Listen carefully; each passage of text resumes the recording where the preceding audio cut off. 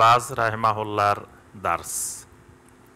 শাইখ বিন বাজ রাহিমাহুল্লাহর এই দার্সগুলোকে একত্রিত করে এই কিতাবটা রচনা করা হয়েছে আদ-দুরুসুল মুহিম্মা লিআম্মাতিল উম্মাহ, অর্থাৎ উম্মার আম জনগোষ্ঠীর জন্য গুরুত্বপূর্ণ দার্সসমূহ, যে বিষয়গুলো উম্মার প্রত্যেকটি নরনারীকে জানা দরকার, সেই ধরনের গুরুত্বপূর্ণ মৌলিক বিষয়গুলো এই কিতাবটির মধ্যে আলোচনা করা হয়েছে।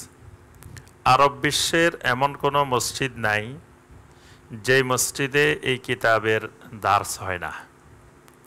এটা আরব বিশ্বের, বিশেষ করে সৌদি আরবের প্রত্যেকটা মসজিদে মসজিদে এই কিতাবটা দার্স হয়। মসজিদে হারামের মধ্যে দার্স হয়, মসজিদে নববীতে দার্স হয়, এবং এটা সৌদি আরবের শিক্ষা প্রতিষ্ঠানগুলোতে পাঠ্যপুস্তক হিসাবে পড়ানো হয়। কিন্তু আমাদের বাংলাদেশে কোথাও এই কিতাবের দার্স হইতে আমরা দেখি না। এত গুরুত্বপূর্ণ একটা কিতাব, এই কিতাবের কোথাও দার্স নাই। তা আমি এই কিতাবটার ধারাবাহিক 2টি জায়গায় দার্স চালু করেছি, এবং এই কিতাবটা সম্পর্কে আমারও জানা ছিল না। এটা মসজিদে নববী থেকে আমাকে হাদিয়া দিছে কিতাবটা। তো দেওয়ার পরে এই কিতাবটা স্টাডি করতে গিয়ে দেখলাম যে অনেক গুরুত্বপূর্ণ একটি কিতাব, যেটা আমাদের দেশেও মসজিদে মসজিদে দার্স হওয়া দরকার। তা আমি এখানে মসজিদ আস-সিদ্দিকে ধারাবাহিক এটা দার্স চালু করেছি। আবার ফেনীতে আমার মাদ্রাসায় দারুত তাওহীদ আল মাদানিয়া মাদ্রাসা ফেনী, আমার মাদ্রাসায়ও এই কিতাবটার ছাত্রছাত্রীদের জন্য এবং আম জনতার জন্য, অভিভাবকদের জন্য এই কিতাবটার দার্স সেখানেও ধারাবাহিক দিয়ে থাকি। তো এই কিতাবটার অনেকেই অনুবাদ, বাংলা অনুবাদ করেছেন, এবং একেবারে সর্বশেষ ওয়াহিদিয়া ইসলামিয়া লাইব্রেরি এই কিতাবটার বাংলা অনুবাদ করেছেন, খুব সুন্দর অনুবাদ করেছেন। আপনারা সেখান থেকেও এই কিতাবটা সংগ্রহ করতে পারবেন। ওয়াহিদিয়া ইসলামিয়া লাইব্রেরিকে বললেই ওনারা পাঠাই দিবে। তো আমরা আজকে সর্বশেষ দার্সে যে বিষয়টি আলোচনা করব, সিফাতুস সলাত আলাল মাইয়্যিত। শাইখ বিন বাজ রাহিমাহুল্লাহ শুরু করেছেন জীবন দিয়ে, শেষ করেছেন মরণ দিয়ে। মানে এই কিতাবটা শুরু হয়েছে জীবন দিয়ে, শেষ হয়েছে মরণ দিয়ে, মৃত্যু দিয়ে। আমরা জানাজার সলাতে একটা দোয়া করি, আল্লাহুম্মা মান আহইয়াইতাহু মিন্না ফা আহইহি আলাল ইসলাম। আল্লাহ আমাদেরকে যতদিন আপনি জীবিত রাখবেন, কিসের উপরে জীবিত রাখেন? ইসলামের উপরে জীবিত রাখেন। আর ওয়ামান তাওয়াফাইতাহু মিন্না, আমাদের মধ্য থেকে যখন যাকে মৃত্যু দিবেন, ফা তাওয়াফাহু আলাল ঈমান, মৃত্যুটা আমাদেরকে দিবেন ঈমানের উপরে। তাহলে মৃত্যুর পরে আর কোনো আমল করা যায় না। এই জন্য দুনিয়াতে যতদিন বেঁচে থাকবে ততদিন ইসলাম নিয়ে বেঁচে থাকবে। ইসলামের ভিতরে আমলগুলো অন্তর্ভুক্ত, ইসলামের মধ্যে ঈমানও অন্তর্ভুক্ত, আমলও অন্তর্ভুক্ত।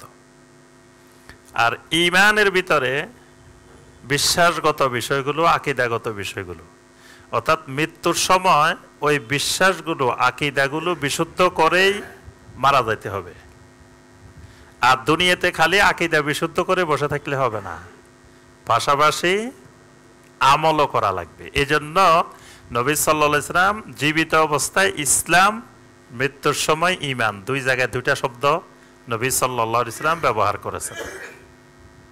তো এই কিতাবটা দার্স শুরু হয়েছে ইসলামের আলোচনা দিয়ে, ইসলামের আরকান, ইসলামের আহকাম, ইসলামের বিভিন্ন বিষয় নিয়ে। এরপরে সলাতের বিষয়, আখলাকের বিষয়, বিভিন্ন বিষয় আলোচনা এসেছে। তো সর্বশেষ আলোচনা হলো মৃত্যুর অবস্থা। তো মৃত্যুকালীন অবস্থার কিছু অংশ আমরা গত দার্সে আলোচনা করেছি। মৃত্যুকালীন সময় কি করতে হবে, তারপরে কাফন কিভাবে পরাইতে হবে, গোসল কিভাবে দিতে হবে, এই বিষয়গুলো আমরা আগের দার্সে আলোচনা করেছি। আজকের দার্সে সিফাতুস সলা আলাল মাইয়াত, মাইয়াতের জানাজা, মাইয়াতের উদ্দেশ্যে সলাত, এই সলাতটা কিভাবে আদায় করতে হবে এই বিষয়ের আলোচনা আজকের প্রথম দার্স, প্রথম আলোচনা। শায়েখ বিন বাজ রাহিমাহুল্লাহ তিনি প্রথমে বলেন ইউকাব্বিরু আরবাআন, মানে এই সলাতের মধ্যে তাকবীর দিতে হবে কয়টা? চারটা, চারটা তাকবীর দেওয়া লাগবে এই সলাতের মধ্যে। ফাখারাজা বিহিম ইলাল মুসাল্লা ওয়া কাব্বারা আরবা তাকবীরাত। সহিহ আল বুখারী এবং মুসলিমের মধ্যে এসেছে যে নবী সাল্লাল্লাহু আলাইহি ওয়াসাল্লাম একজন সাহাবীর জানাজা পড়াইতে বের হইলেন, আর জানাজার মধ্যে কাব্বারা আরবা তাকবীরাত, নবী সাল্লাল্লাহু আলাইহি ওয়াসাল্লাম চারটি তাকবীর দিয়েছেন। তবে কিছু হাদিস পাওয়া যায় যে হাদিসগুলোতে চার তাকবীরের বেশি বর্ণনাও পাওয়া যায়। এই কারণে কোন কোন ইমাম 5 তাকবীর, 7 তাকবীর, 5-4-এর অধিক তাকবীরের কথাও বলছেন। যেমন একটা হাদিস এসেছে সহিহ মুসলিমের মধ্যে, কানা যায়েদ ইউকাব্বিরু আলা জানাইজিনা আরবাআন। একবার যায়েদ রাদিয়াল্লাহু তাআলা আনহু তিনি আমাদের এক জানাজায় আসলেন, হাদিস বর্ণনা করছেন আব্দুর রহমান বিন আবু লাইলা। তিনি বলেন যে আমাদের এক জানাজায় আসছেন, সেখানে 4টা তাকবীর বলছেন। ওয়া ইন্নাহু কাব্বারা আলা জানাজাতিন, তিনি কিছুক্ষণ পরে আরেক জানাজায় গেলেন, সেখানে 5টা তাকবীর বলছেন। তো ফাসাআলতুহু, তখন আমি জিজ্ঞাসা করে বসলাম যে আগে জানাজায় 4টা তাকবীর দিছেন, এই জানাজায় 5 তাকবীর কেন? তখন তিনি বললেন কানা রাসূলুল্লাহি সাল্লাল্লাহু আলাইহি ওয়াসাল্লাম ইউকাব্বিরুহা, আমি আল্লাহ রসুল সাল্লাল্লাহু আলাইহি ওয়াসাল্লামকে এরকম তাকবীর দিতে দেখেছি। মানে নবী সাল্লাল্লাহু আলাইহি ওয়াসাল্লাম 5 তাকবীর দিতেও আমি নবী সাল্লাল্লাহু আলাইহি ওয়াসাল্লামকে দেখছি, 4 তাকবীর দিতেও আমি দেখেছি। তো এই জন্য তাকবীরের সংখ্যা বেশিও হতে পারে। তবে জমহুরদের মত হলো, অধিকাংশ আহলুল এলেমের মত হলো 4টা তাকবীর দিবে সালাতুল জানাজার মধ্যে। ওয়ায়াকরাউ বাদাল উলা আল ফাতিহা। এখন এই তাকবীরকে 4টার মধ্যে হাত তুলতে হবে না একটার মধ্যে হাত তুলতে হবে? তো নবী সাল্লাল্লাহু আলাইহি ওয়াসাল্লাম এখানের সবগুলো তাকবীরে হাত তুলেছেন অথবা তোলেন নাই, কোনো বর্ণনাই নবী সাল্লাল্লাহু আলাইহি ওয়াসাল্লাম থেকে পাওয়া যায় না। হাত তুলেছেন এরকম বর্ণনাও নাই, হাত তোলেন নাই এরকম বর্ণনাও নাই। তবে সাহাবায়ে কেরাম রাদওয়ানুল্লাহি তাআলা আলাইহিম আজমাইন থেকে বর্ণিত আছে সাহাবায়ে কেরামেরা 4 তাকবীরে হাত তুলতেন। তো সাহাবায়ে কেরামেরা তো আর আল্লাহ রাসূলকে না দেখলে হাত তুলতেন না, তাহলে বোঝা যায় সাহাবায়ে কেরামেরা নবী সাল্লাল্লাহু আলাইহি ওয়াসাল্লামকে হাত তুলতে দেখছেন। এই কারণে সাহাবায়ে কেরামের আমল দ্বারা প্রমাণিত 4 তাকবীরে হাত তোলা, এজন্য 4 তাকবীরে হাত তোলাটা উত্তম। তবে কেউ হাত না তুললে সলাতুল জানাজার কোনো অসুবিধা হবে না। ওয়ায়াকরাউ বাদাল উলা আল ফাতিহা, প্রথম তাকবীরের পরে কি পড়বে? সূরা আল ফাতিহা। ওয়া ইন ক্বারা মাহা সূরাতান কাসীরাতান, সূরা আল ফাতিহার পরে ছোট্ট একটা সূরা পড়বে। আও আয়াতান, অথবা একটা আয়াত পড়বে। আও আয়াতাইনি, অথবা 2টা আয়াত পড়বে। ফাহাসানুন, এটা পড়াটা উত্তম।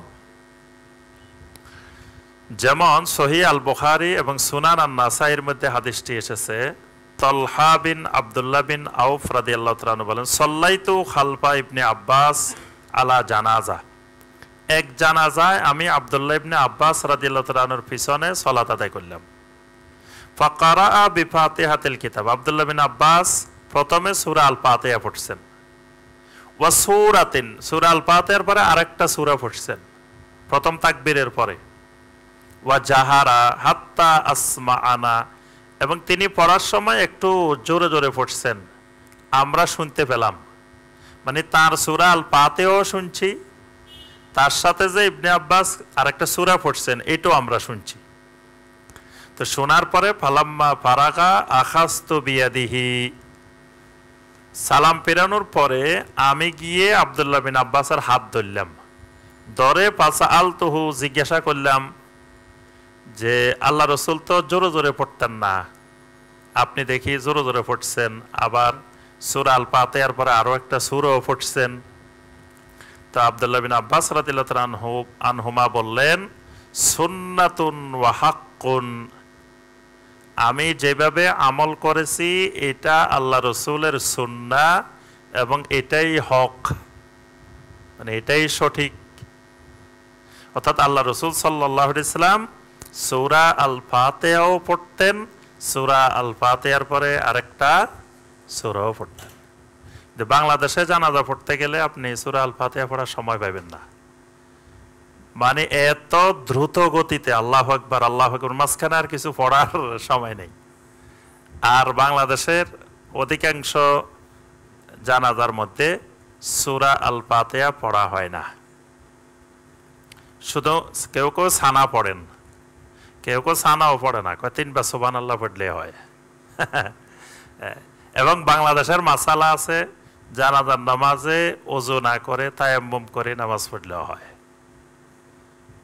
তো এই জন্য সলাতুল জানাজা নিজের সন্তানকে পড়ানোর জন্য জানাজা শেখানো উচিত। তাহলে আমার সন্তান পড়াইলে আমার সন্তান তো বিনা উযুতে আর পড়াবে না, অথবা আমার সন্তান সূরা আল ফাতিহা দিয়ে পড়াবে। তারপরে যে দোয়াগুলো করবে সেই দোয়াগুলো আমার সন্তান যেভাবে আবেগ নিয়ে দোয়াটা করবে, অন্য কেউ আমার জন্য এরকম আবেগ নিয়ে দোয়া করবে না। এজন্য সন্তানদেরকে সলাতুল জানাজা শেখানো উচিত। সন্তান আলেম হতে হবে জরুরি না, সলাতুল জানাজার জন্য তো আলেম জরুরি না। যিনি সলাত আদায় করতে পারেন তিনি ইমামতিও করতে পারেন, জানাজা যে পড়তে পারে সে ইমামতিও করতে পারে। এজন্য সলাতুল জানাজার বিশেষ করে সূরা আল ফাতিহা অথবা কোনো ভালো আলেমকে ওসিয়ত করে যাওয়া ভালো, যে আমি মারা গেলে আপনারা আমার জানাজাটা পড়াইবেন বা অমুকে আমার জানাজাটা পড়াবে। তাহলে মানে যাকে আপনি পছন্দ করেন, মহব্বত করেন, এরকম ব্যক্তি, দিনদার ব্যক্তিদেরকে ওসিয়ত করা। তো এখানে প্রথম শাইখ বিন বাজ রাহিমাহুল্লাহ বলেন যে সূরা আল ফাতিহা এবং সূরা আল ফাতিহার পরে আরেকটা ছোট সূরা পড়া। সুম্মা ইউকাব্বিরু সানিয়া, আরেকটা বিষয় এখানে খেয়াল রাখা দরকার, সলাতুল জানাজা এটা কিন্তু সলাত, এটাকে আমরা বলি সলাতুল জানাজা। আমাদের সমাজে কেউ কেউ বলে এটা সলাত না, এটা দোয়া। কিন্তু যিনি বলতেছেন দোয়া, তিনি আবার মানুষকে নিয়ত শিখাইতেছে যে আপনারা সবাই নিয়ত করেন। আরবিও নিয়ত শিখাচ্ছেন, আবার বাংলাও শিখাইতেছেন, যে বলেন যে 4 তাকবীরের সাথে এই ইমামের পিছনে সলাতুল জানাজার নিয়ত করলাম। উনি বলতেছে সলাতুল জানাজা, সলাতুল জানাজা, আবার বলতেছেন এটা দোয়া, এটা তো সলাত। এবং কোরআনে কারিমে আল্লাহ রাব্বুল আলামিন এটাকে সলাত হিসাবে সরাসরি অভিহিত করছেন, ওয়ালা তুসাল্লি আলা আহাদিম মিনহুম মাতা আবাদাও ওয়ালা তাকুম আলা কবরি। আল্লাহ পাক সরাসরি নিষেধ করছেন মুনাফিকদের সলাতে আপনি দাঁড়াবেন না, মানে মুনাফিকদের জানাজা পড়াইবেন না। তো এখানে আল্লাহ পাক ওয়ালা তুসাল্লি, সলাত শব্দ ব্যবহার করছেন, তাহলে বোঝা যায় এটা সলাত। আর সলাত মানি লা সলাতা ইল্লা বিফাতিহাতিল কিতাব, সলাত মানি সূরা আল ফাতিহা ছাড়া সলাত নাই। তো জানাজাও একটা সলাত। সলাত তো বিভিন্ন ধরনের হইতে পারে, সলাত সব একরকম হইতে হবে জরুরি না। ভিতরের সলাত একরকম, সলাতুল খাউফ এটা একরকম, যুদ্ধের মধ্যে সলাত আছে না সলাতুল খাউফ, এটার হুকুম আকাম ভিন্ন। তারপরে চন্দ্রগ্রহণের সলাত, সূর্যগ্রহণের সলাত, এগুলার ধরন আর একটু ভিন্ন। তাহলে এক এক সলাত, সলাতুল ইস্তিসকার ধরন ভিন্ন, এক এক সলাতের এক এক ধরন আছে, কিন্তু সবগুলোই সলাত। আর সলাত সূরা আল ফাতিহা ছাড়া সলাত হয় না। এজন্য সলাতুল জানাজার মধ্যে সূরা আল ফাতিহা পড়া উত্তম এবং এটাই সুন্নাহ। সুম্মা ইউকাব্বিরু সানিয়া, এরপরে দ্বিতীয় তাকবীর, ওয়া ইউসাল্লি আলান নবী সাল্লাল্লাহু আলাইহি ওয়াসাল্লাম কা সলাতিহি ফিত তাশাহুদ, তাশাহুদের মধ্যে যেভাবে নবী সাল্লাল্লাহু আলাইহি ওয়াসাল্লামের উপরে আমরা দরুদ পড়ি, ঠিক এইভাবে দ্বিতীয় তাকবীরের পরে দরুদ। যেহেতু হাদিসে সরাসরি কোন শব্দ দিয়ে দরুদ পড়তে হবে নির্দিষ্ট সিগা আসে নাই, শব্দ আসে নাই, এই কারণে যেহেতু আমরা পরশ সালাতে যে দরুদটা পড়ি, এই জন্য আহলুল ইলমগণ ওই দরুদটাকেই নির্ধারণ করছেন যে এটাই পড়বেন। সুম্মা ইউকাব্বিরু সালাসা, এরপরে তৃতীয় তাকবীর বলবেন। তৃতীয় তাকবীরের পরে আবার খালি দোয়া। তো আমাদের দেশে খালি একটা দোয়া পড়ে, আল্লাহুম্মা গফির লি হাইয়িনা ওয়া মাইয়িতিনা ওয়া শাহিদিনা ওয়া গায়িবিনা। এটাও সহিহ হাদিস দ্বারা প্রমাণিত। আরেকটা সুন্দর দোয়া আছে, গুরুত্বপূর্ণ দোয়া মাইয়িতের জন্য। এই দোয়াটা সহিহ মুসলিমের মধ্যে আছে। আল্লাহ রাসূল সাল্লাল্লাহু আলাইহি ওয়াসাল্লাম এক সাহাবীর জানাজায় গিয়ে এই দোয়াটা পড়ছেন। আউফ ইবনে মালিক রাদিয়াল্লাহু তাআলা আনহু হাদিস বর্ণনা করছেন। তিনি বলেন যে নবী সাল্লাল্লাহু আলাইহি ওয়াসাল্লাম এই দোয়াটা করার পরে আমরা সবাই আকাঙ্ক্ষা করতেছিলাম যে আজকের এই জানাজার মাইয়াতটা যদি এই ব্যক্তি না হয় আমরা হইতাম, কতই না উত্তম হইতো। যে নবী সাল্লাল্লাহু আলাইহি ওয়াসাল্লাম এত সুন্দর সুন্দর দোয়াগুলো করছেন। কি দোয়া? আল্লাহুম্মা গফির লাহু, হে আল্লাহ আপনি এই লোকটাকে, আপনার বান্দাকে ক্ষমা করে দেন। ওয়ারহামহু, আপনি তাকে রহম করেন। ওয়া আফিহে, আপনি তাকে নিরাপত্তা দেন। ওয়াফু আনহু, আর তার পক্ষ থেকে সব কিছুকে আপনি ক্ষমা করে দেন, কষ্টদায়ক সব জিনিস তার থেকে দূর করে দেন। ওয়া আকরিম নুজুলাহু, আল্লাহ আপনি তার জন্য সম্মানজনক মেহমানদারির ব্যবস্থা করে দেন। ওয়া ওয়াসসি মাদখালাহু, তার কবরটাকে আপনি প্রশস্ত করে দেন। ওয়াগসিলহু বিল মাই ওয়াস সালজি ওয়াল বারাদ, আল্লাহ তার গুনাহগুলোকে পানি দিয়ে, তারপরে বরফ দিয়ে, শীতলতা দিয়ে আপনি পরিষ্কার করে দেন, ধুয়ে দেন। ওয়া নাক্কিহি মিনাজ যুনুবি ওয়াল খাতায়া, গুনাহ খাতা থেকে তাকে এমনভাবে পবিত্র করে দেন, কামা ইউনাক্কা সাওবুল আবিয়াদু মিনাদ দানাস, যেমনিভাবে সাদা কাপড় ময়লা আবর্জনা থেকে পরিষ্কার করা হয়। ওয়া আবদিলহু দারান খাইরান মিন দারিহি, আয় আল্লাহ তাকে আপনি দুনিয়ার এই বাড়িঘরের চাইতে উত্তম বাড়িঘরের ব্যবস্থা করে দেন। ওয়া আহলান খাইরান মিন আহলিহি, দুনিয়ার আহালের থেকে, পরিবার পরিজন থেকে উত্তম পরিবার পরিজনের আপনি ব্যবস্থা করে দেন। ওয়া আদখিলহুল জান্নাহ, আল্লাহ আপনি তাকে জান্নাতে প্রবেশ করিয়ে দেন। সুবহানাল্লাহ। ওয়া আইযহু মিন আযাবিল কবর, আয় আল্লাহ আপনি তাকে আযাবে কবর থেকে রক্ষা করেন। ওয়া আযাবিন নার, জাহান্নামের আযাব থেকেও বাঁচান। ওয়াফসাহ লাহু ফি কবরিহি, তার কবরটাকে আপনি প্রশস্ত করে দেন। ওয়া নাওয়ির লাহু ফি, তার কবরটাকে আপনি নূর দিয়ে আলোকিত করে দেন। আল্লাহুম্মা লা তাহরিমনা আজরাহু ওয়া লা তুদিল্লানা বা'দাহু, আয় আল্লাহ তারপরে আমাদেরকে তার উজরত থেকে মাহরুম করবেন না, মানে আল্লাহ তার স্থলাভিষিক্ত আমাদেরকে তৈরি করে দেন, তার উত্তম কাজের মতো আমাদেরকেও ভালো ভালো কাজ করার তৌফিক দেন। ওয়ালা তুদিল্লানা বা'দাহু, তারপরে আমাদেরকে গুমরাহ করে দিবেন না। এই যে দোয়াটা কি সুন্দর দোয়া, একবারে নির্দিষ্ট করে করে যে আল্লাহ তার ক্ষমা করে দেন, রহম করেন। এই দোয়াটা খুবই উত্তম দোয়া। এই দোয়াটা সবাই মুখস্থ করবেন। সবাই পারেন তো নাকি? এটা পারেন? আল্লাহুম্মা গফির লাহু ওয়ারহামহু, এই দোয়াটা পারেন? কে কে পারেন দেখি, একটু হাত তোলেন তো। এটা এদিকে পাওয়া গেছে 3 জন, এখান দিয়ে 2 জন, আর নাই। এই দোয়াটা মুখস্থ করতে হবে এবং সবাইকে মুখস্থ করাইবেন, যাতে আপনার জানাজায় এই দোয়াটা পড়া হয়। আল্লাহ রাসূল সাল্লাল্লাহু আলাইহি ওয়াসাল্লাম সাহাবায়ে কেরামের জানাজায় এই দোয়াটা পড়তেন। এই দোয়াটা আমাদের দেশে এত সুন্দর একটা দোয়া, মুখস্থ করায় না, শিখায়ও না, পড়ায়ও না, খালি ওই একটা আল্লাহুম্মা গফির লি হাইয়িনা ওয়া মাইয়িতিনা ওয়া শাহিদিনা ওয়া গায়িবিনা, এটাই। এই জন্য এই দোয়াটা সহ, মানে ওখানে আপনি একটা দোয়া না, কয়েকটা দোয়া পড়তে পারবেন। মসজিদে হারামে, মসজিদে নববীর জানাজার মধ্যে দেখবেন তৃতীয় তাকবীরের পরে লম্বা সময় ইমাম সাহেবেরা দোয়া পড়তে থাকেন, শেষ হয় না। আর আমাদের দেশে তৃতীয় তাকবীরের পরে এই 1 মিনিটের মধ্যে শেষ, আল্লাহু আকবার। তো এই জন্য এই দোয়াগুলো মুখস্থ করা আমাদের দরকার। এরপরে এখানে এই দোয়াগুলোর ব্যাপারে কিছু আলোচনা করা হয়েছে, এগুলোর একটু ব্যাখ্যা করা হয়েছে। আমরা বিস্তারিত এই দোয়ার ব্যাখ্যার দিকে না যাই। এই দোয়াটা সুন্নাহ।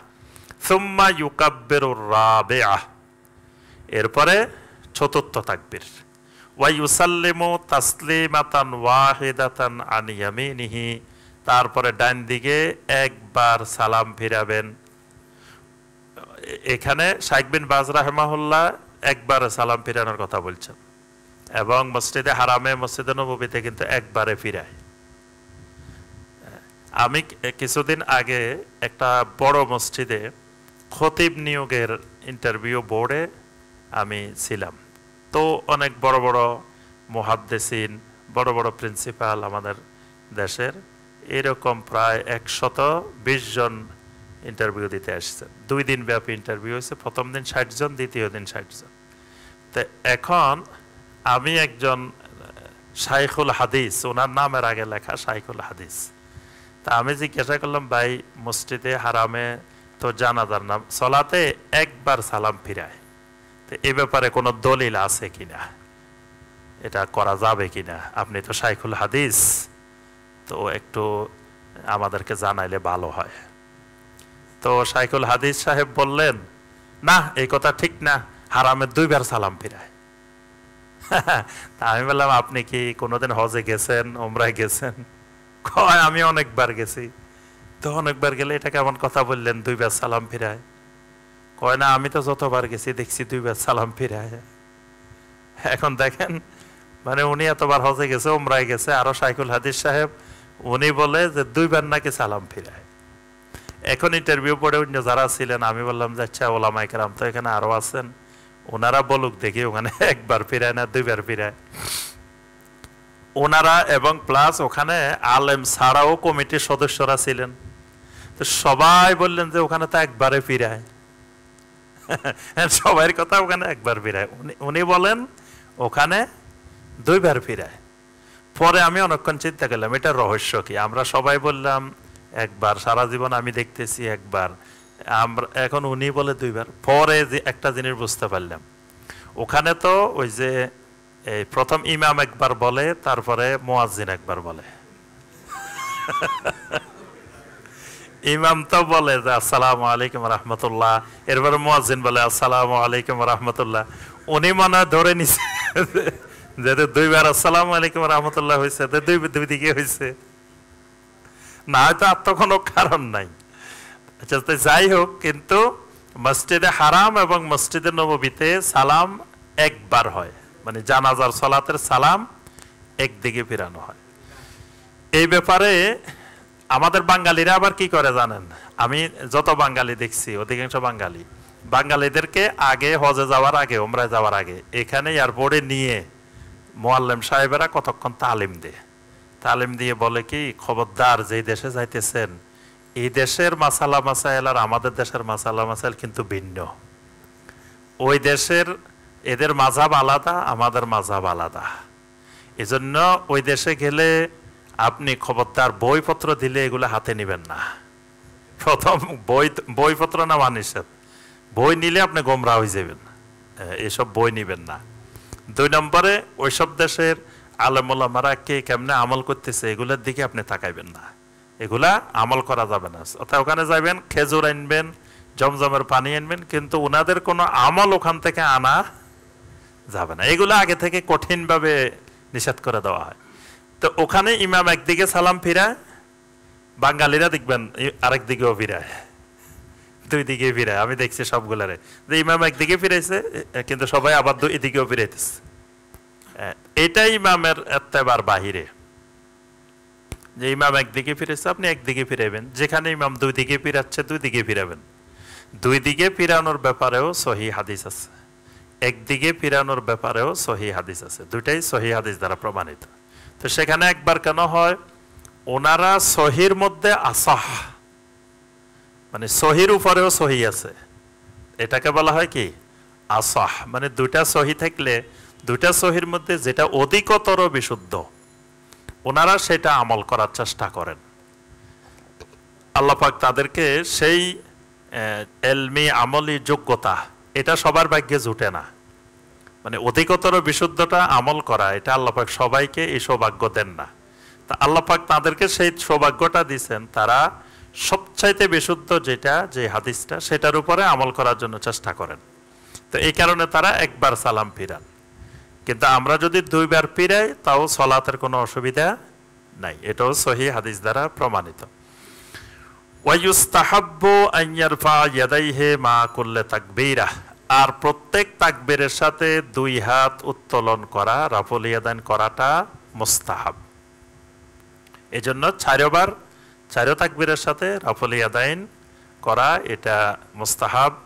এই ব্যাপারে সহিহ হাদিস আছে, আপনার মুসান্নাফ ইবনে শাইবাতে আছে, বাইহাকিতে আছে। ইবনে ওমর রাদিয়াল্লাহু তাআলা আনহুমা আন্নাহু ইয়ারফাউ ইয়াদাইহি মা কুল্লি তাকবীরাতিন মিন তাকবীরাতিস সালাত আলাল মাইয়িত। আব্দুল্লাহ বিন ওমর রাদিয়াল্লাহু তাআলা আনহুমা যখন জানাজার সালাত আদায় করতেন, প্রত্যেক তাকবীরের সাথে রাফুল ইয়াদাইন করতেন। আর আব্দুল্লাহ বিন ওমর রাদিয়াল্লাহু তাআলা আনহুমাকে বলা হয় তিনি সুন্নতের ব্যাপারে খুব বেশি পায়বন্দী ছিলেন, তিনি সুন্নতের ব্যাপারে খুব কঠোর ছিলেন। তিনি আপনার রাস্তা দিয়ে যখন হাঁটতেন আব্দুল্লাহ বিন ওমর রাদিয়াল্লাহু তাআলা আনহুমা, তো নবী সাল্লাল্লাহু আলাইহি সাল্লাম যেখান দিয়ে যে হাঁটতেন, তিনি আল্লাহ রসুলকে যে পাশ দিয়ে যেখান দিয়ে হাঁটতে দেখছেন, তিনি সবসময় সেই দিক দিয়ে হাঁটার চেষ্টা করতেন। একবার তিনি এক রাস্তা দিয়ে যাচ্ছিলেন, তো সবাই রাস্তা দিয়ে হাঁটতেছেন, উনি রাস্তা থেকে নেমে গেছেন, নেমে আরেক দিক দিয়ে যাইতেছেন। তো সাহাবায়ে কেরাম জিজ্ঞাসা করলেন, আপনি নেমে গেলেন কেন? বললেন যে এই যে এখন যে রাস্তাটা দেখছে এটা নতুন রাস্তা, এই রাস্তাটা আগে এইদিকে ছিল, আমার রাসূল এদিক দিয়ে হাঁটতেন, এজন্য আমার রাসূল যে দিক দিয়ে হাঁটছেন আমিও সেদিক দিয়ে হাঁটার চেষ্টা করি। সুবহানাল্লাহ। সুন্নতের ব্যাপারে এত বেশি তারা পাবন্দ ছিলেন যে নবী সাল্লাল্লাহু আলাইহি ওয়াসাল্লাম যেই কাজ যেমনে করেছেন, যেই ইবাদত যেভাবে করেছেন, এজন্য আব্দুল্লাহ ইবনে ওমর রাদিয়াল্লাহু তাআলা আনহুমা, আব্দুল্লাহ বিন মাসউদ রাদিয়াল্লাহু তাআলা আনহু, ওনারা সুন্নতের ইত্তেবা করার ক্ষেত্রে অগ্রগামী ছিলেন। তো আব্দুল্লাহ বিন ওমর রাদিয়াল্লাহু তাআলা আনহুমা জানাজার প্রত্যেক তাকবীরে হাত তুলতেন। তাহলে আমরা জানাজার পদ্ধতি শিখলাম। জানাজার পদ্ধতি তো সবার জানা হয়েছে নাকি? এটা তো তার অস্পষ্টতা নাই। প্রথম তাকবীর, তাকবীরের আগে কি? তাকবীরের আগে কি করবেন?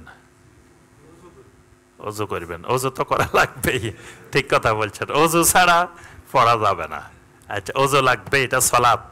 তারপরে নিয়ত করব, নিয়ত পড়ব না, কিন্তু আমাদের দেশে নিয়ত পড়ে, বলে যে সবাই বলেন নাওয়াইতু আন ওয়াদ্দিয়া লিল্লাহি তাআলা আরবা তাকবীরাতে সলাতিল জানা। কি কঠিন নিয়ত, সবাইকে মুখস্থ করা। আর কয় আরবি না পারলে বাংলা বলেন, এই ইমামের পিছনে 4 তাকবীরের সাথে এভাবে বলেন। আচ্ছা, এরপরে তাহলে এখানে নিয়ত পড়া যাবে না, নিয়ত কি করতে হবে? করতে হবে। নিয়ত করাটা ফরজ, কিন্তু নিয়ত পড়াটা বেদাত। আর তালাফফুজু বিন-নিয়্যাতি বেদাতুন। ইমাম ইবনুল কাইয়িম রাহিমাহুল্লাহ বলছেন যে আত-তালাফফুজু বিন-নিয়্যাতি বেদাহ, নিয়তকে শাব্দিক উচ্চারণ করে পড়াটা বেদাত, নিয়ত করতে হবে। আচ্ছা, জুতা কোথায় রাখবেন? জুতা পরেই আসছেন জানাজাতে, জানাজা তো মসজিদে কম হয়, বাইরে জানাজা হয়, তো এখন জুতা কোথায় থাকবে? জি, জুতা পায়ের মধ্যে, প্রথম কথা পায়ের মধ্যে থাকবে, যেভাবে আছে সেভাবে থাকবে। যদি জুতা পরিষ্কার থাকে, জুতার মধ্যে যদি ময়লা না থাকে, কোনো নাপাকি না থাকে, তাহলে জুতা পরা থাকবে, জুতা খোলা যাবে না। যদি আপনি আশঙ্কা করতেছেন যে ময়লা থাকতে পারে, তাহলে কি করবেন? না, কেউ কি করে দেখবেন যে এই আপনার সামনে রাখে, খুলি সামনে রাখি তারপরে পড়ে। কেউ দেখবেন যে খুলি জুতার উপরে দাঁড়ায় পড়ে, খুলি রাখছে, খুলি জুতার উপরে দাঁড়াইছে। আবার কেউ দেখবেন জুতা খুলি সামনে রাখছে। দুইটাই সুন্নতের খেলাপ, দুইটাই করা যাবে না। যদি খুলে রাখতে হয়, 2 পায়ের মাঝখানে রাখতে হবে। আপনি জুতা খুলে রাখলে যেখানে দাঁড়াবেন 2 পায়ের মাঝখানে জুতাটাকে রাখতে হবে। যদি আপনি নাপাকের আশঙ্কা করেন তাহলে এটার উপরে দাঁড়ায় কি আপনি নামাজ পড়বেন? এটা পরে থাকা যে কথা, এটার উপরে দাঁড়ায় থাকাও তো একই কথা, যদি নাপাকি থাকে। আর যদি এটা খুলে আপনি সামনের দিকে রাখা যাবে না, সলাতের মধ্যে সামনের দিকে বা সলাতুল জানাজার সামনে এভাবে রাখা যাবে না। তো এই কারণে খেয়াল রাখতে হবে এটা দুই পায়ের মাঝখানে রাখতে হবে। এই ভুলটা আমাদের দেশে বেশি করে। আচ্ছা, এরপরে প্রথম তাকবীর, তাকবীরের পরে এবং চারো তাকবীরে হাত বাঁধা থাকবে, হাত খোলা থাকবে না, মানে তাকবীর বলার পরে হাত বেঁধে রাখতে হবে। প্রথম তাকবীরের পরে সূরা আল ফাতিহা, সূরা আল ফাতিহার সাথে আরেকটা সূরা মিলানো। দ্বিতীয় তাকবীরের পরে দরুদ, তৃতীয় তাকবীরের পরে দোয়া, দোয়া যেই কয়টা পড়া যায়। তারপরে চতুর্থ তাকবীর বলে সালাম। জি, তো এই ক্ষেত্রে দোয়ার ক্ষেত্রে বেশি বেশি দোয়া, বেশিক্ষণ ধরে দোয়া করা এটা উত্তম। আচ্ছা, আরো কিছু নীতিমালা আছে, এরপর আমরা সেগুলো আসি জানাজার মধ্যে। ওয়া ইযা কানাল মাইয়িতু ইমরাআতান, এখন আমরা তো যে দোয়া শিখলাম যে আল্লাহুম্মা গফির লাহু ওয়ারহামহু ওয়া আফিহি ওয়া আফু আনহু, সব জায়গায় হু আছে, হু হু মানে মুজাক্কার, পুরুষ। এখন যদি মাইয়াত মহিলা হয় তাহলে সেখানে বলতে হবে হা, আল্লাহুম্মা গফির লাহা ওয়ারহামহা ওয়া আফিহা ওয়া আফু আনহা ওয়া আকরিম নুজুলাহা ওয়া ওয়াসসি মুদখালাহা, মানে এই হুয়ের জায়গায় কি হবে? হা হবে, এইভাবে পড়তে হবে। আচ্ছা, এখন একাধিক জানাজা একসাথে এসে গেছে।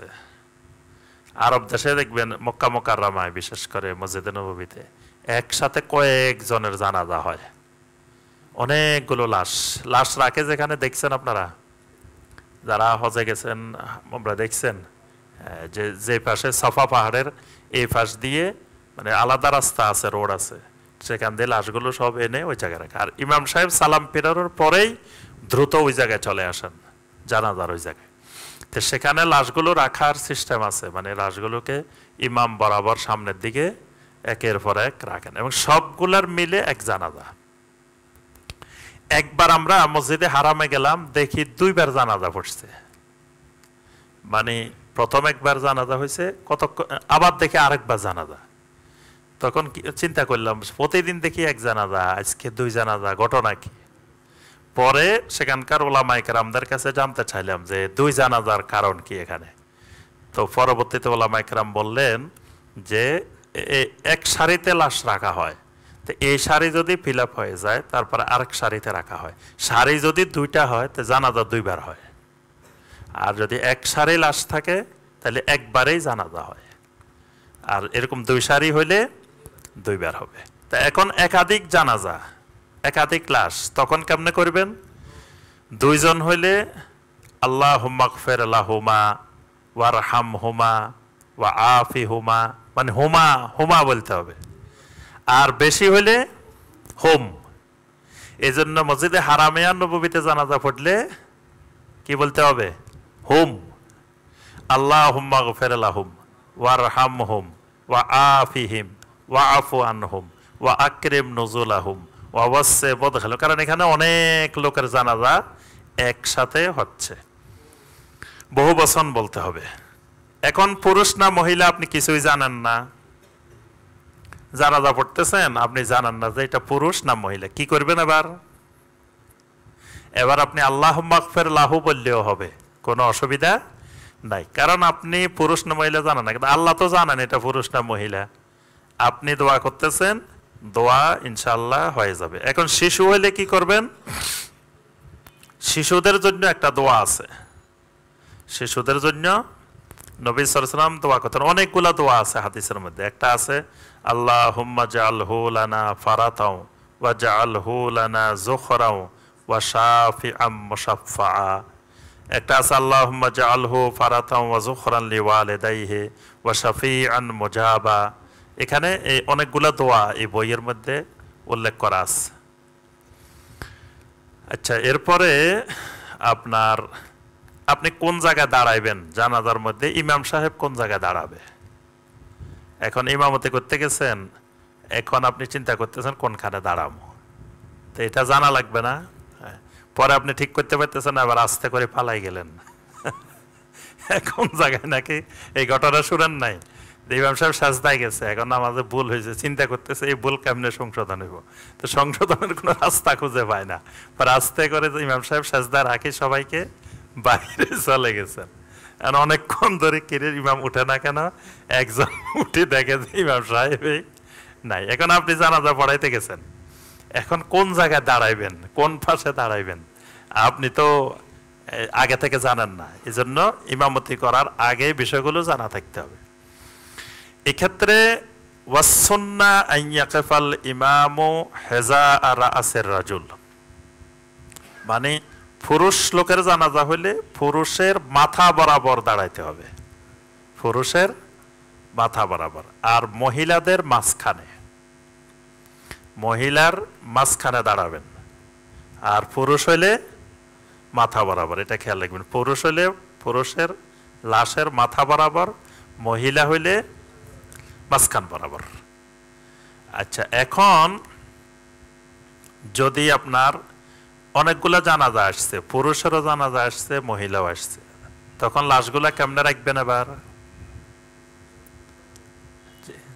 একজন, ওই একটা গল্প আছে যে একজন বলতেছেন যে এই জায়গায় যদি নোয়াখালীর কোনো লোক থাকে আমি কিন্তু ওয়াজ করবো না। কয় না হুজুর, এখানে নোয়াখালীর কেউ নাই, ওয়াজ করেন। তো কয় এক জায়গায় একটা গাছ ছিল, গাছের পাতা যদি নিচে পড়ে কুমির হয়ে যায়, উপরে পড়লে এটা বাঘ হয়ে যায়। তো একজন উঠি হঠাৎ করে কয় যদি অর্ধেক উপরে পড়ে অর্ধেক নিচে পড়ে। কয় তো আমি বলছিলাম না নোয়াখালীর লোক থাকলে, একজন পাওয়া গেছে নোয়াখালীর আছে, অর্ধেক নিচে অর্ধেক উপরে, তাহলে কি হবে? তো এখন কথা হইল, পুরুষ হইলে আপনি দাঁড়াইবেন কোথায়? মাথার বরাবর। মহিলা হইলে দাঁড়াইবেন কোথায়? মাঝখানে। এখন দুইজনের জানাজা আসছে, একটা পুরুষ একটা মহিলা, এবার আপনি কোথায় দাঁড়াইবেন? এরকম হইতে পারে না যে একজন পুরুষের জানাজা আসছে, একজন মহিলার জানাজা আসছে। এখন কি করতে হবে? পুরুষের মাথা বরাবর মহিলার লাশটা মাঝখান করে রাখতে হবে। কথা বুঝছেন? কারণ পুরুষের লাশটা এভাবে রাখছেন, রাখার পরে পুরুষের মাথা যেখানে, মহিলার লাশটা এমনভাবে রাখবেন যাতে মহিলার মাঝখানটা পুরুষ লাশটার মাথা বরাবর হয়। তাহলে আপনি মাথা বরাবর দাঁড়াইবেন, পুরুষের দাঁড়ানো হবে মাথা বরাবর, মহিলার দাঁড়ানো হবে মাঝখান বরাবর। আচ্ছা, এখন শিশুও আছে, তাহলে প্রথম পুরুষের লাশ, তারপরে শিশুর লাশ, তারপরে মহিলার লাশ, মানে মহিলার লাশ বরাবর সামনে চলে যাবে আর শিশু মাঝখানে থাকবে। যেভাবে জামাতে দাঁড়ায়, জামাতে আগে পুরুষেরা, পুরুষের পিছনে শিশুরা, শিশুদের পিছনে মহিলারা, ঠিক মৃত্যুর ক্ষেত্রেও এইভাবে দাঁড়াইতে হবে এবং এইভাবে লাশগুলো ওইভাবে রাখতে হবে। তো ওই লাশ রাখার সময় যদি আপনি ওইভাবে ঠিক করে রাখতে পারেন, তাহলে ইমাম সাহেব এক জায়গায় দাঁড়াইলেই ওই কারো পুরুষ মাথা বরাবর, মহিলা মাঝখান বরাবর, ওইটা ঠিক মতো হয়ে যাবে। আচ্ছা, এরপরে আসেন এবার দাফন কেমনে করবেন। সিফাতু দাফানিল মাইয়াত, জানাজা হয়ে গেছে, এবার আপনি দাফন করতে নিয়ে গেলেন। আল মাশরু তামিকুল কবর ইলা ওয়াসাতের রাজুল। এখন কবর কতটুকু খনন করবেন, কবরটা নিচের দিকে কতটুকু হবে? তো নিচের দিকে শরীয়তের নির্দেশনা হলো ওয়াসাতের রাজুল, মানে কোমর বরাবর, একজন মানুষের স্বাভাবিক কোমর বরাবর আপনি গর্ত করবেন। আর নবী সাল্লাল্লাহু আলাইহি ওয়াসাল্লাম বলছেন ইহফিরু ওয়া আওসিউ ওয়া আমিকু, তোমরা কবরকে ভালো করে খনন করো, কবরকে প্রশস্ত করো, কবরকে গভীর করো। তাহলে প্রশস্ত করতে হবে এবং গভীরও করতে হবে।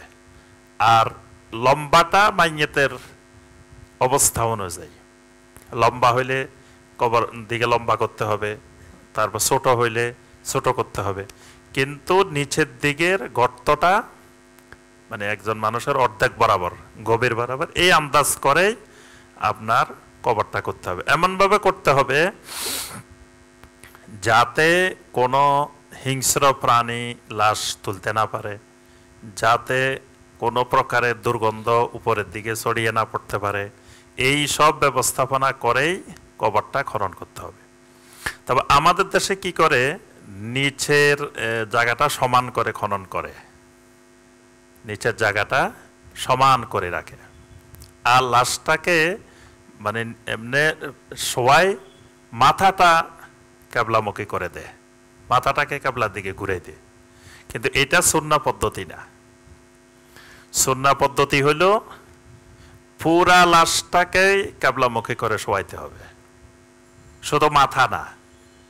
মানে ঘুমের সময় আমরা যদি ডাইন কাত হয়ে শুই, ডাইন কাতে শুই না, তা ডাইন কাতে শুইলে যেরকম আমাদের পুরা শরীরটাই কেবলামুখী, মানে যদি আমি উত্তর দিকে ফিরে শুই কেবলামুখী হয়, তাহলে পুরা শরীরটাই তো আমার কেবলামুখী। তো ঠিক একইভাবে মানে কবরকে মধ্যে এমনভাবে রাখতে হবে যাতে আমার পুরা শরীরটা থাকে কেবলামুখী। তো এখন আপনি নিচে সমান করে খনন করলে কেবলামুখী রাখতে পারবেন না, আপনি কেবলামুখী রাখতে চাইলেও থাকবে না।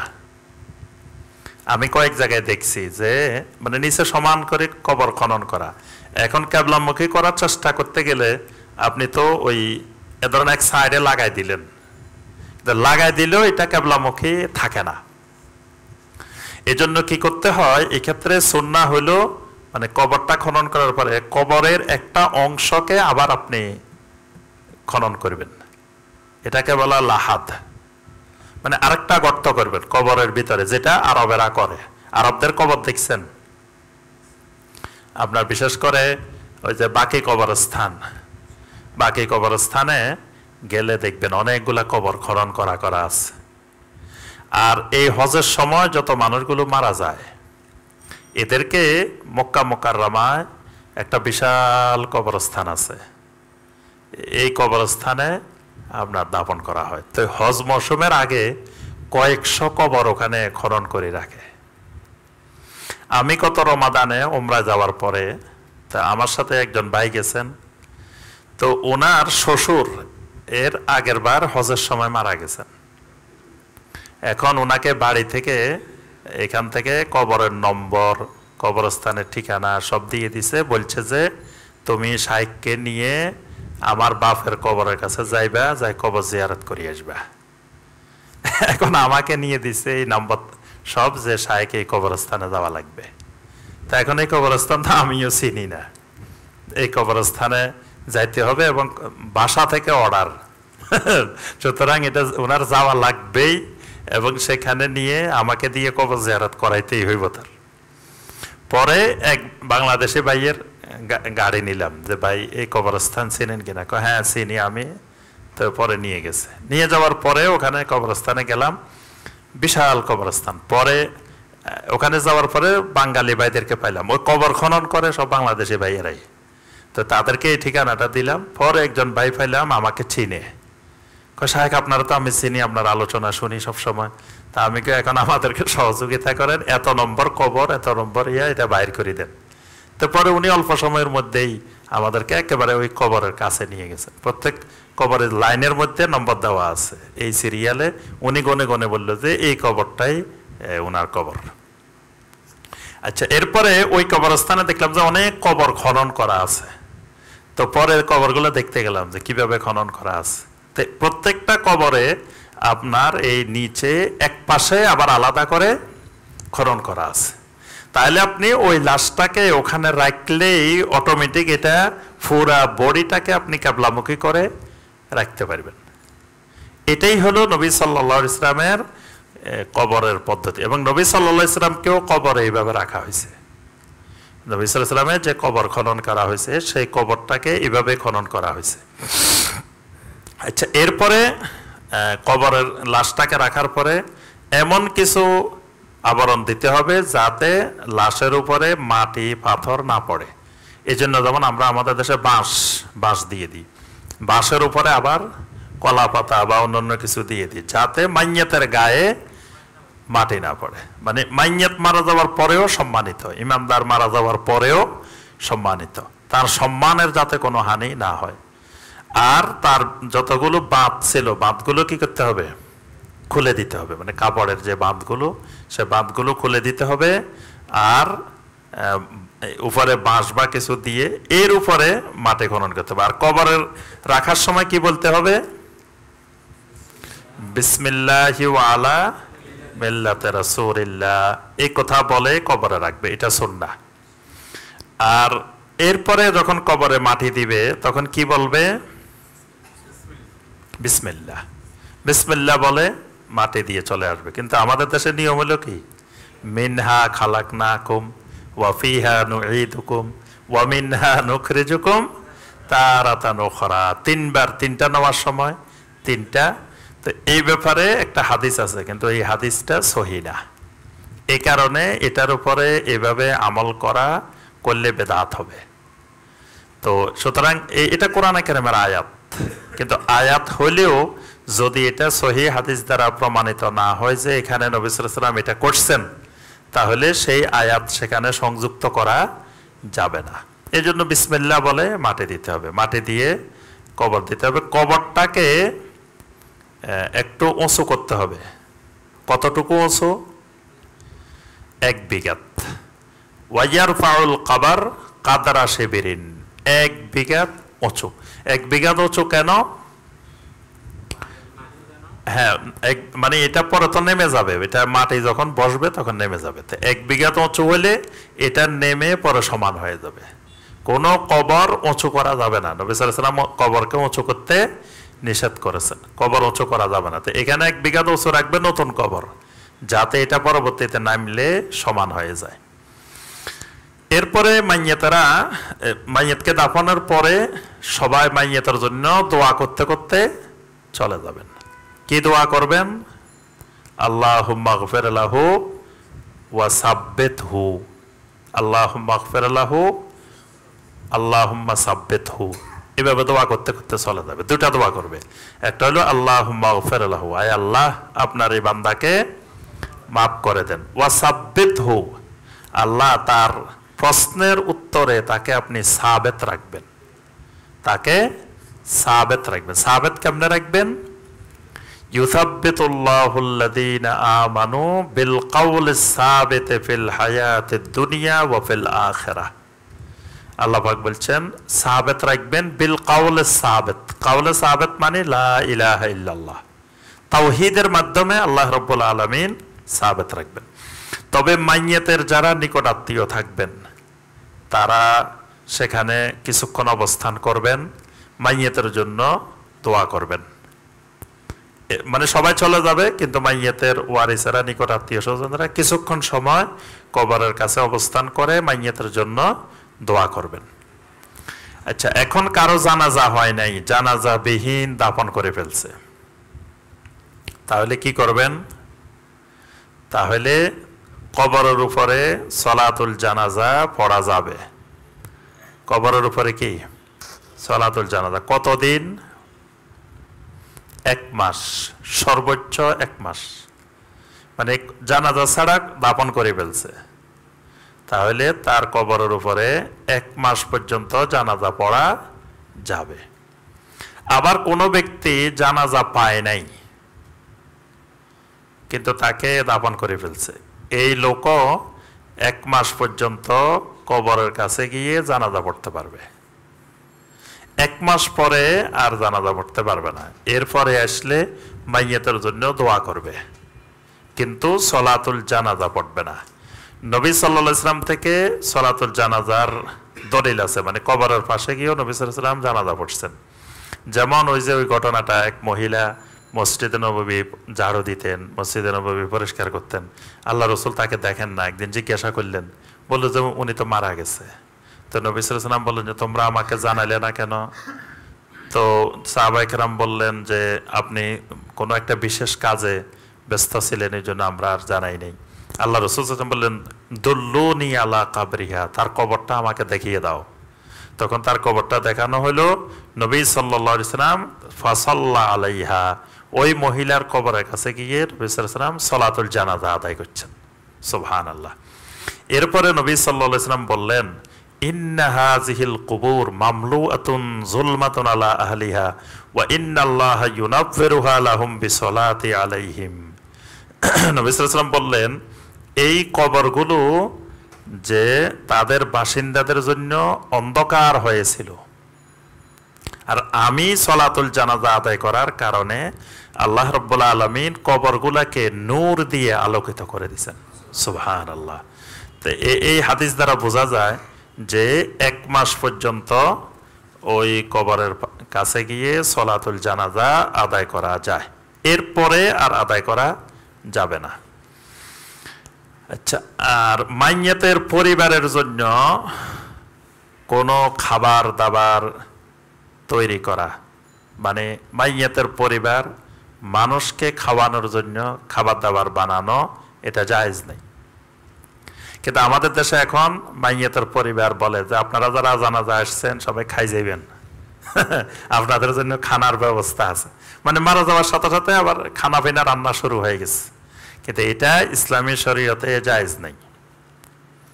বরং মাইয়াতের পরিবারকে আত্মীয় স্বজন অন্যরা খাওয়াবে, আর অন্যরা যদি খাবার নিয়ে আসে মাইয়াতের পরিবারের জন্য, তাদের সাথে মাইয়াতের পরিবার যদি বলে যে ভাই আপনি দূরের থেকে আসছেন আমাদের সাথে খেয়ে যান, উনি খাওয়া জায়েজ আছে। কিন্তু ওই মাইয়াতের পরিবার রান্না বান্না করে খাওয়াবে, এটা খাওয়া জায়েজ হবে না। মাইয়াতের পরিবার ছাড়া অন্য কেউ, ধরেন অন্য আত্মীয়, ধরেন এই পরিবারে মারা গেছে আরেক পরিবারের লোকেরা, তারা বললো আজকে দূর দূরান্ত থেকে লোকজন আসবে আমরা খাওয়াবো, তারা খাওয়াইছে, এটাতে অসুবিধা নেই। কিন্তু মাইয়াতের পরিবার সেই দিন ওই লোকজনের জন্য খাওয়া দাওয়ার আয়োজন করা, এটাকে সাহাবায়ে কেরাম নিয়াহার অন্তর্ভুক্ত করতেন। নিয়াহা মানে জাহিলি যুগের নিষিদ্ধ কাজ, নিয়াহা ইসলামে হারাম।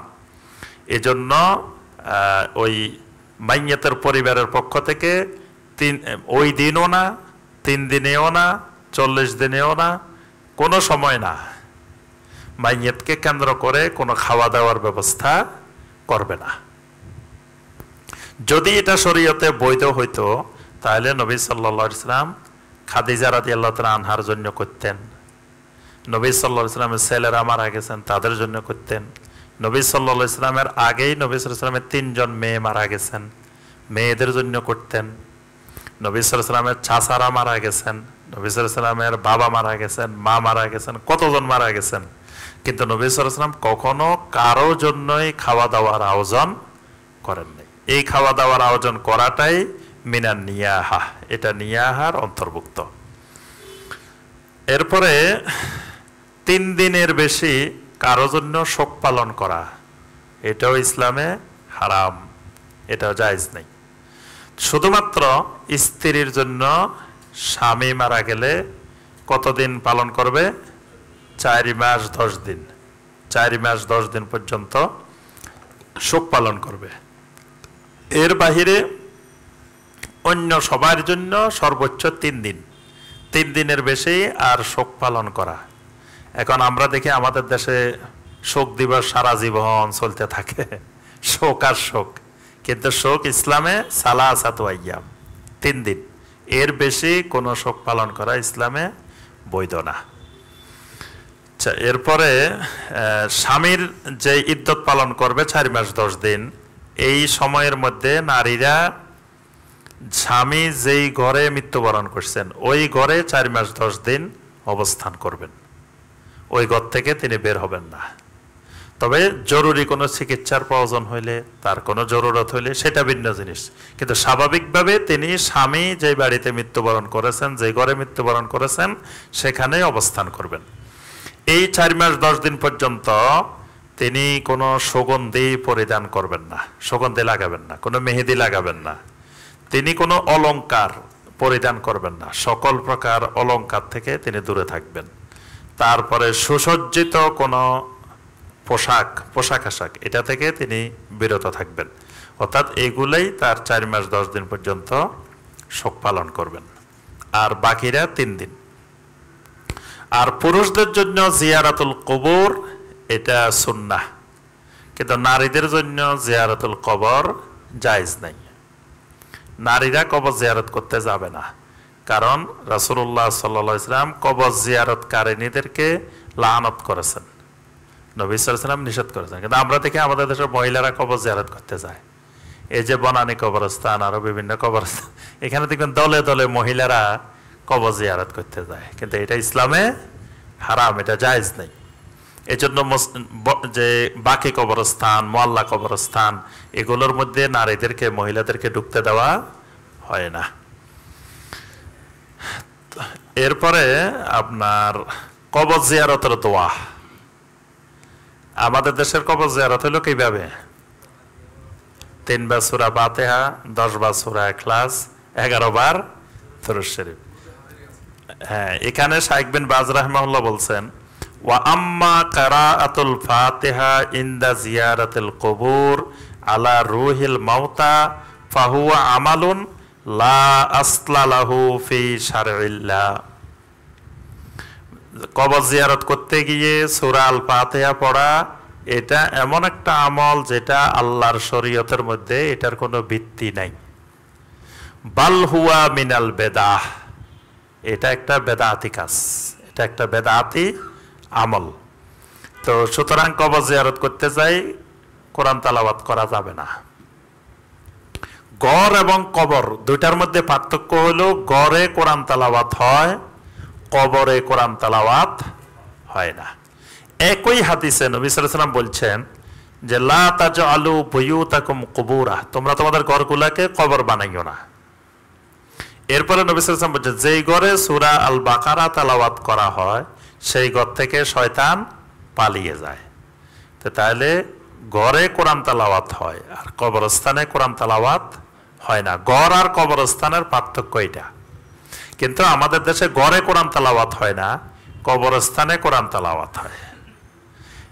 এই জন্য নবী সাল্লাল্লাহু আলাইহি ওয়াসাল্লাম কবরস্থানে গিয়ে কখনো সূরা আল ফাতিহা পড়ছেন বা অন্য কোনো আয়াত তেলাওয়াত করছেন, এই মর্মে সহিহ কোনো বর্ণনা নাই। তো এই হলো মোটামুটি মাইয়াতের হুকুম আহকাম সংক্রান্ত বিধিবিধান। তো এর মাধ্যমে আলহামদুলিল্লাহ আমাদের আদ-দুরুসুল মুহিম্মা এটার দার্স শেষ হলো। এরপর থেকে আমরা শুরু করব এই কিতাবের দার্স। আগামী দার্সের থেকে এটা দুরুসুল আম, এই কিতাবের শিরোনাম হলো দুরুসুল আম। এই কিতাবটার মধ্যে শুধু দার্স, বিভিন্ন দার্সগুলোকে একত্রিত করা হয়েছে। দার্সগুলো কার? দার্সগুলো শাইখ বিন বাজ রাহিমাহুল্লাহর দার্স, শাইখ উসাইমিন রাহিমাহুল্লাহর দার্স, শাইখ আলবানী রাহিমাহুল্লাহর দার্স। এরকম বিশ্ববরণ্য বড় বড় আলেম যারা ছিলেন তারা যে দার্সগুলো দিয়েছেন, এই দার্সগুলোকে এখানে একত্রিত করা হয়েছে। এখানে অনেক দার্স, এখানে কয়েকশো দার্স আছে। তো আমরা এখান থেকে ইনশাআল্লাহ গুরুত্বপূর্ণ যে দার্সগুলো, কারণ যারা আমাদের সালাফ তারা যে বিষয়গুলোকে গুরুত্বপূর্ণ মনে করছেন, যে বিষয়গুলোর উপরে দার্স দিচ্ছেন, আমরাও পর্যায়ক্রমে সেই বিষয়গুলো থেকে ইনশাআল্লাহ দার্স দেওয়ার চেষ্টা করব। আল্লাহ পাক আমাদের সবাইকে তৌফিক দান করুন। আল্লাহ সুবহানাহু ওয়া তাআলা আমরা যে বিষয়গুলো শুনলাম, আল্লাহ পাক আমাদেরকে আমল করার তৌফিক দান করুন। আচ্ছা, প্রশ্ন আর বেশি দিয়েন না, প্রশ্ন অল্প দিলে ভালো, তাহলে আলোচনা করা যায়। আর প্রশ্ন আমাদের আলোচনার সাথে সম্পৃক্ত হলে ভালো হয়, তাহলে বোঝা যায় যে আপনি জিনিসটা আরো ভালোভাবে বোঝার চেষ্টা করতেছেন। কিন্তু আমাদের আলোচনা একটা, প্রশ্ন হলো অন্য বিষয়। জি,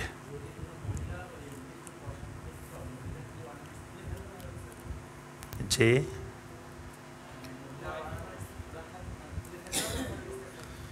না, মহিলার ইয়াগুলো খুলে ফেলবেন, গহনাগুলো খুলে ফেলবেন, কিন্তু যখন তার 4 মাস 10 দিন অতিবাহিত হবে এরপরে তিনি গহনা পরিধান করতে পারবেন, তখন তার জন্য এগুলো পরিধান করা হারাম না। অনেকে আর পরেই না, বলে যে স্বামী যখন মারা গেছে আর পরা যাবে না। পরা যাবে, তবে এগুলো স্বামী থাকা অবস্থায় বাহিরে দেখানো হারাম, স্বামী না থাকলেও বাইরে দেখানো হারাম। এগুলো পরে বাইরে দেখাবে, এটা স্বামী থাকা অবস্থায় জায়েজ নাই, স্বামী মারা যাওয়ার পরেও জায়েজ নেই। আল্লাহ তাআলা 100টি রহমত সৃষ্টি করেছেন, কিন্তু রহমা আল্লাহর সিফাত, যা সৃষ্ট নয়। এটার সঠিক ব্যাখ্যা কি? জি, এই বিষয়গুলো আপনারা জিজ্ঞাসা করবেন আমাদের শায়েখ ডক্টর আবু বকর জাকারিয়া হাফেজাহুল্লাহর কাছে। তিনি এই বিষয়গুলোর স্পেশালিস্ট। এবং আমি সবসময় বলি যে বাংলাদেশের মধ্যে সবচাইতে সৌভাগ্যবান মসজিদ সিদ্দিকের মুসল্লিরা। এদের মতো সৌভাগ্যবান বাংলাদেশের দ্বিতীয় কোনো মসজিদের মুসল্লি আছে বলে আমার জানা নেই। কারণ এই মসজিদে যে শাইখেরা খুতবা দেন, যে শাইখেরা আলোচনা করেন, বাংলাদেশের শীর্ষ পর্যায়ের এবং গভীর ইলমের অধিকারী ওলামারা এই মসজিদে আলোচনা করেন, হালাকা করেন। তো এই মসজিদের মুসল্লিও হওয়ার কথা, কিন্তু সারা বাংলাদেশের মধ্যে সবসাথে সেরা মুসল্লি। তো এই জন্য এই প্রশ্নটা আপনি শাইখের কাছে করবেন, যিনি করছেন। আপনি শাইখের দার্সে আসবেন, শাইখের থেকে আরো সুন্দর করে বিস্তারিত জানতে পারবেন। সূরা ফাতিহার প্রথম আয়াত বিসমিল্লাহির রহমানির রহিম কি সরবে পড়া বেশি শক্তিশালী? না, এটা ইমাম মালিক রাহমাহুল্লাহর মাযহাবে, ইমাম মালিক রাহমাহুল্লাহর অনুসারীরা এটা জোরে পড়েন। এই জন্য আফ্রিকা মহাদেশে ওখানকার ইমামেরা বিসমিল্লাহির রহমানির রহিম সশব্দে পড়েন। কিন্তু সালাফদের থেকে এই বিসমিল্লাহির রহমানির রহিম সশব্দে পড়ার শক্তিশালী কোনো দলিল পাওয়া যায় না। এটা সূরা আল ফাতিহার আয়াত, কিন্তু এই বিসমিল্লাহির রহমানির রহিমটা যুগে যুগে সালাফেরা আসতে পড়েছেন। যেহেতু নবী সাল্লাল্লাহু আলাইহি ওয়াসাল্লাম এই বিসমিল্লাহির রহমানির রহিম জোরে পড়েছেন মর্মে কোনো শক্তিশালী বর্ণনা নাই।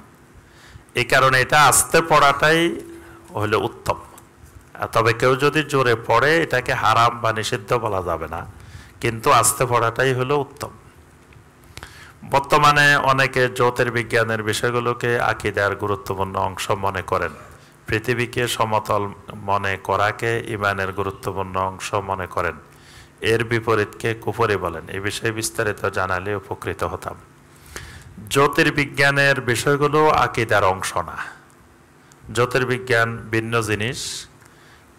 আকীদা হইতে হলে শর্ত হইল এটা কোরআনে কারিমে যেটা আসছে অথবা নবী সাল্লাল্লাহু আলাইহি ওয়াসাল্লামের সহিহ হাদিসে যেটা আসছে সেটাই আকীদা। আকীদার উৎস হলো দুইটাই, কোরআনে কারিম এবং নবী সাল্লাল্লাহু আলাইহি ওয়াসাল্লামের সহিহ হাদিস। এর বাহিরে জ্যোতির্বিজ্ঞান কি বলল না বলল ওইটা আকীদার অংশ না।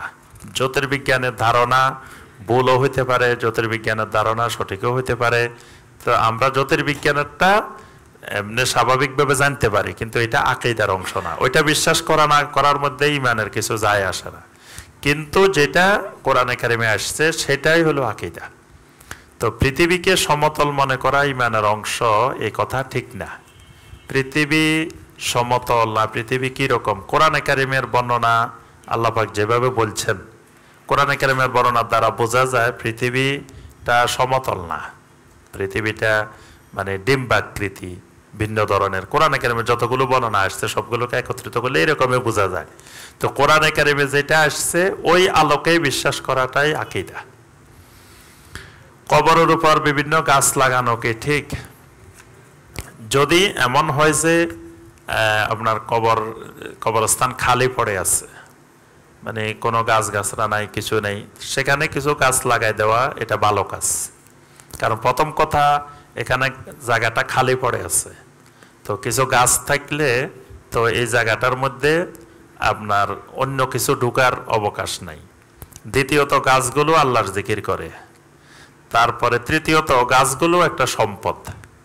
মানে কবরস্থান ঠিক আছে, কবরস্থান পড়ে আছে, কিন্তু দেখা গেছে কবরস্থানের পাশাপাশি কিছু গাছ থাকলো, এক সময় গাছগুলো বিক্রি করে ওই কবরস্থানের কিছু উন্নয়ন করা যায়। কবরস্থানের চতুর্পাশে ওয়াল দরকার, কিছু দরকার। অনেক জায়গায় দেখি যে কবরস্থানের উন্নতি কল্পে মাহফিল হয়, ওয়াজ মাহফিল হয়। যে কবরস্থানের, আমি কয়েক জায়গায় দেখছি যে কবরস্থানের উন্নতি কল্পে ওয়াজ মাহফিল। তো কবরস্থানের উন্নতির জন্য তো ওয়াজ মাহফিল দরকার নাই। ওয়াজ মাহফিল হবে ঈমান আমলের উন্নতি কল্পে ওয়াজ মাহফিল। তো এরকম ওয়াজ মাহফিল বাংলাদেশে খুব কম। ঈমান আমলের উন্নতির জন্য মাহফিল করে না, মাহফিল করে মাদ্রাসার উন্নতির জন্য, মাহফিল করে কবরস্থানের উন্নতির জন্য। তো কবরস্থানের উন্নতির জন্য এটা জরুরি যে গাছ থাকলে, গাছগুলো এমনি ওখানে এই জায়গাটা খালি পড়ে আছে, এখানে গাছগুলো বড় হইলেও পরবর্তীতে এইগুলো দিয়ে কবরস্থানের উন্নতি করা যায়। পণ্য বিক্রয়ের সময় কুপন দিয়ে লটারির মাধ্যমে পুরস্কার দেওয়া জায়েজ কিনা? স্বাভাবিকভাবে আপনার এরকম কুপন দিয়ে লটারির মাধ্যমে পুরস্কার দেওয়া জায়েজ নেই। কারণ আপনি তখন সবাই এখানে পণ্য কিনতেছে যে যদি লাইগা যায় যদি পণ্য কিনলে যদি একটা কিছু বড় কিছু পাই যাই, এই আশায় কিন্তু সবাই কিনতেছে। তো এই আশায় কিন্তু অনেক সময় কম টাকার জিনিসও বেশি টাকা দিয়ে কিনতেছে যে পুরস্কারের আশায়, অর্থাৎ এটাও এক ধরনের প্রতারণা। এই জন্য এটা এইভাবে কুপন দিয়ে লটারির মাধ্যমে পুরস্কার দেওয়া এটা জায়েজ নেই। যে সুবহানাকা আল্লাহুম্মা বিহামদিকা আশহাদু আল্লা ইলাহা ইল্লা আনতা আস্তাগফিরুকা ওয়া আতুবু ইলাইক। আসসালামু আলাইকুম ওয়া রাহমাতুল্লাহি ওয়া বারাকাতুহু।